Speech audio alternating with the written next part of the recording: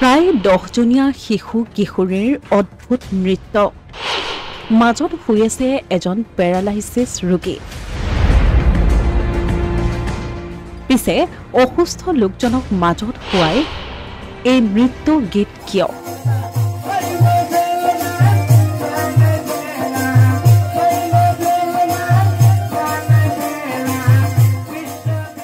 আসলতে এয়া পেৰালাইচিছ ৰোগীক সুস্থ কৰি তুলিবলৈ কৰা বেজৰ অভিনৱ বেজালিহে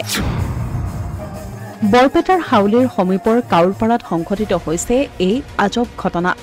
আধুনিক চিকিৎসা বিজ্ঞানক ভেঙুচালি কৰি এগৰাকী পক্ষাঘাতগ্ৰস্ত ৰোগীক সুস্থ কৰি তুলিবলৈ বেজে আৰম্ভ কৰিছে অভিনৱ বেজালি নাচ গানেৰে পক্ষাঘাতগ্ৰস্ত ৰোগীক সুস্থ কৰি তুলিবলৈ বেজৰ এয়া বেজালি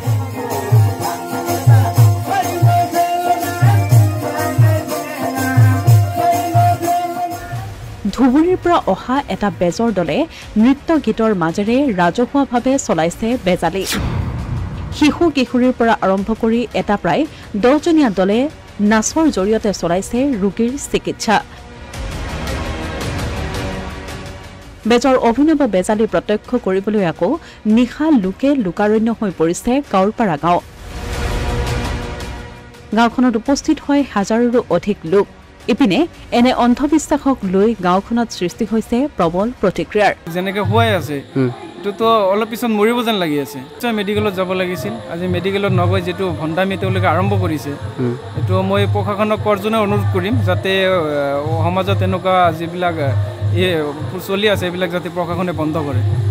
যি সময়ত ভাৰতীয় চিকিৎসা বিজ্ঞানৰ দ্ৰুত উন্নয়ন হৈছে বিজ্ঞান আৰু প্ৰযুক্তি বিজ্ঞানৰ দ্ৰুত উন্নয়নে বিশ্বৰ সন্মুখত ভাৰতক নতুন ৰূপত তুলি ধৰিছে তেনে সময়তে অন্ধবিশ্বাসৰ আশ্ৰয় লৈ এনেদৰে পক্ষাঘাতগ্ৰস্ত ৰোগী এজনক বেজালিৰে সুস্থ কৰি তোলাৰ বাবে চলোৱা এনে কাৰ্যৰ বিৰুদ্ধে স্থানীয় লোকে প্ৰতিক্ৰিয়া ব্যক্ত কৰিছে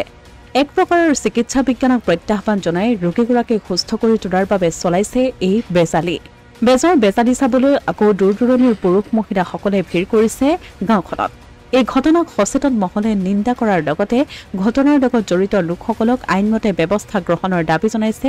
লোকসকলে এয়া এক প্ৰকাৰ সম্পূৰ্ণৰূপে অন্ধবিশ্বাস এইটো তাৰমানে চিকিৎসা বিজ্ঞানৰ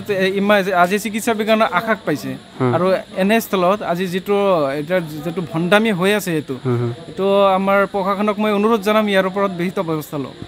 সম্পূৰ্ণ অন্ধবিশ্বাস এইবিলাক আচলতে পুলিচে এৰেষ্ট কৰিব লাগে অসমীয়া প্ৰতিদিন ডিজিটেল সংবাদ বৰপেটা।